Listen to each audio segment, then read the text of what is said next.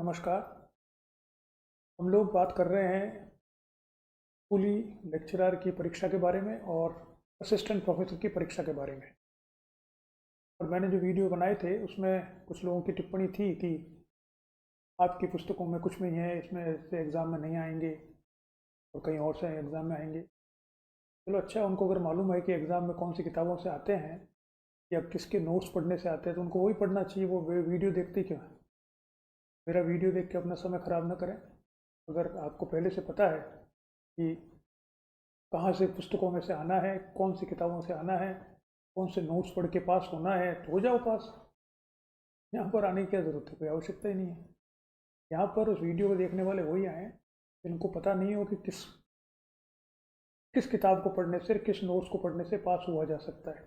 तो ये अगर मालूम है, इसका मतलब तो पेपर आउट है पहले से। पेपर आउट नहीं है, मैं नहीं पता कहाँ से आएगा। मेरा जो उद्देश्य है मुख्य रूप से वीडियो बनाने का या जो बच्चे आते हैं उनको पढ़ाने का, वो है राजनीति विज्ञान पढ़ने का।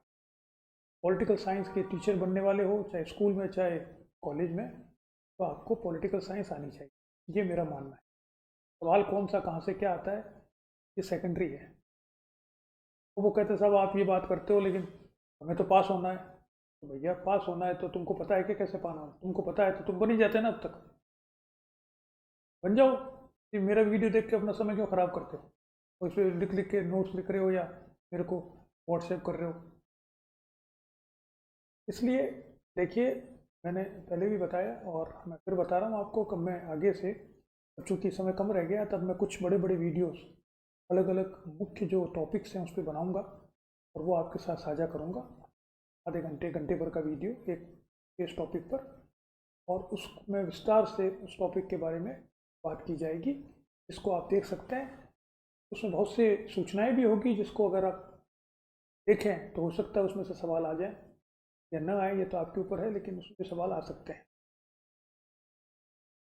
जो महत्वपूर्ण बात है और समय कम होने के कारण से, वो ये है कि आपको अब परीक्षा की तैयारी करनी चाहिए। राजनीति विज्ञान तो का अध्ययन तो कर ही रहे हैं। बहुत से बच्चे जो हैं अभी असिस्टेंट प्रोफेसर के इंटरव्यू भी दे रहे हैं। वही बच्चे स्कूल के शिक्षक का परीक्षा भी दे रहे हैं।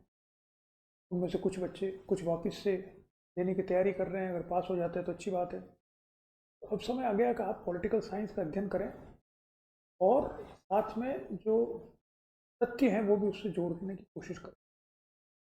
क्योंकि तथ्यों का ऐसा है कि कोई भी किताब सारे तथ्यों को सम्मिलित नहीं कर सकती है। ये संभव नहीं है, क्योंकि तथ्य तो करोड़ों है। किस किस बात को सम्मिलित करेंगे?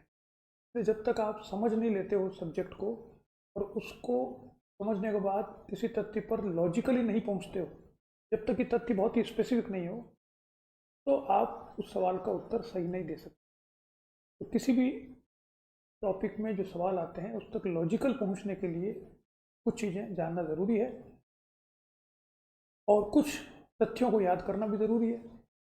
वो मैं आगे आपको बताता रहूँगा कि किन तथ्यों को याद करने पे आप ध्यान दें। कुछ तो मैंने बताया पहले भी, कुछ और आगे बताऊँगा आपको। कि संविधान, जैसे भारतीय संविधान है, तो भारतीय संविधान में कुछ आर्टिकल्स हैं जिनको आपको याद होना चाहिए। उनमें से सवाल बन सकते हैं, बनते हैं। जैसे तीसरा भाग है फंडामेंटल राइट्स, आपको पता होना चाहिए। फंडामेंटल राइट्स से संबंधित जितने भी मुकदमे हुए हैं बड़े बड़े, सबके बारे में मालूम होना चाहिए। जो संविधान संशोधन हुए हैं फंडामेंटल राइट्स के मुकदमों के आधार पर, उनमें क्या हुआ है वो हमें पता होना चाहिए। जो नीति निर्देशक तत्व और जो आपके कर्तव्य है वो आपको पता होना चाहिए। कौन से कर्तव्य हैं, कौन से नीति निर्देशक तत्व हैं आर्टिकल वाइज। आपको राष्ट्रपति का चुनाव कैसे होता है ये याद कर लेना चाहिए, किन प्रावधान के अंतर्गत होता है, कैसे होता है, क्या अधिकार हैं। संसद दोनों जो चुनी जाती है, इसमें लोकसभा और राज्यसभा के चुनाव कैसे होते हैं, उनकी क्या शक्तियाँ होती है, उसमें कमिटीज़ कौन कौन सी होती है महत्वपूर्ण। आपातकाल कैसे लगता है, संविधान में संशोधन 368 के अंतर्गत किस प्रकार से होता है, फेडरल स्ट्रक्चर के कौन से प्रावधान हैं, कौन से जो तीन जो लिस्ट है उसमें कौन से मुख्य प्रावधान हैं, सब्जेक्ट किस में आते हैं, जो शेड्यूल्ड हैं वो शेड्यूल्स में कौन से शेड्यूल महत्वपूर्ण है, उसमें क्या क्या दिया गया है, कितने संविधान संशोधन हो चुके हैं, जितने भी कॉन्स्टिट्यूशनल बॉडीज़ हैं, जैसे इलेक्शन कमीशन है या ह्यूमन राइट्स कमीशन है वगैरह, ये कौन हेड कर रहा है और इनका कंपोजिशन किस प्रकार से होता है, इन सब के बारे में आपको याद होना चाहिए और उसको तैयार करना चाहिए, क्योंकि इनमें से कुछ 1 2 3 सवाल इनमें से बन जाते हैं जो संविधान से सवाल बनते हैं उसके अंतर्गत। इसी प्रकार से जो अंतर्राष्ट्रीय संगठन है, उन संगठनों के सचिव या प्रधान कौन है वो आपको याद करने चाहिए। उन अंतर्राष्ट्रीय संगठनों के कहाँ पर ये सम्मेलन हुए हैं वो पता होना चाहिए। उन सम्मेलनों में कौन सा महत्वपूर्ण जो प्रस्ताव पारित हुआ है वो याद करना चाहिए। ये सब याद करने के, इसमें कोई तर्क लगाने की या इसको कोई समझने की ज़रूरत नहीं है। समझने की ज़रूरत वहाँ आती है जहाँ पर कि व्याख्या करने की आवश्यकता होती है, जैसे कि राजनीतिक सिद्धांत चिंतन या धारणा है। और उसमें ऐसे कई प्रश्न हैं जो कि उन व्याख्याओं से जुड़े हुए हैं। अगर आपने विषय का ज्ञान, उस पर्टिकुलर टॉपिक का ज्ञान सही प्रकार से प्राप्त कर लिया है तो शायद उससे संबंधित आप जो प्रश्न का उत्तर भी आप दे पाएंगे। जैसे उदारवाद का उदाहरण लूँ, उदारवाद पे एक मैं बड़ा व्याख्यान भी देने वाला हूँ जो YouTube पे आप देख सकेंगे। तो हम उसमें चले, 2 3 सवाल हैं जो मैं आपसे पूछना चाहूँगा, जो मुझे कमेंट में आप जवाब दें और मैं देखता हूँ कि आपको कितना आता है और वो किसी फैक्ट की किताब में मौजूद है या नहीं। जैसे एक सवाल है कि जॉन स्टुअर्ट मिल को कौन सा विचारक पूर्णतया उदारवादी नहीं मानता? वो मानता है कि जॉन स्टुअर्ट मिल उदारवाद और समाजवाद के बीच में झूलता है।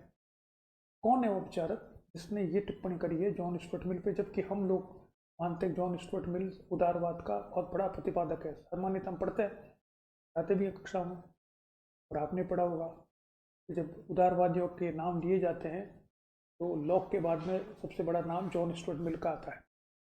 लेकिन एक दूसरा विचारक है जो इस पर ये टिप्पणी कर रहा है कि वो पूर्णतया उदारवादी विचारक नहीं है, वो समाजवाद और उदारवाद के बीच में झूलता रहता है।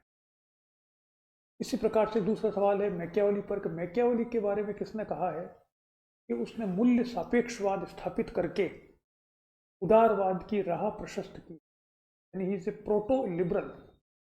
शब्द है प्रोटो लिबरल। प्रोटो का मतलब से पहले, जब पूरा बना नहीं है, यानी उदारवाद पूरा तो जॉन लॉक से बनता है, लेकिन उससे पहले ही लिबर्टी या उदारवादी जो विशेषताएं हैं वो चिंतन में आने लगी थी। और उसमें से एक विशेषता है मूल्य सापेक्षवाद की, और वो विशेषता मैकियावेली ने सबसे पहले प्रस्तुत की थी। तो कौन सा विचारक है जो उस पर यह टिप्पणी करता है कि मैकियावेली ने मूल्य सापेक्षवाद की स्थापना करके अपने आप को एक प्रोटो लिबरल स्थापित किया है?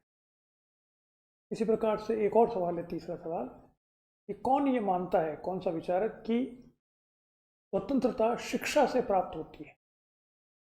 बड़ा स्पेसिफिक कोटेशन है ये कि किसने कहा कि स्वतंत्रता शिक्षा से प्राप्त होती है।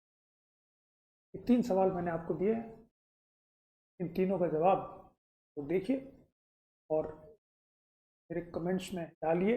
मैं देखता हूँ कि कितना आप अध्ययन कर रहे हैं। फिर हम उदारवाद के ऊपर एक पूरा लेक्चर भी करेंगे और भी बहुत सी बातें करेंगे। चलिए आज इतना ही देखते हैं।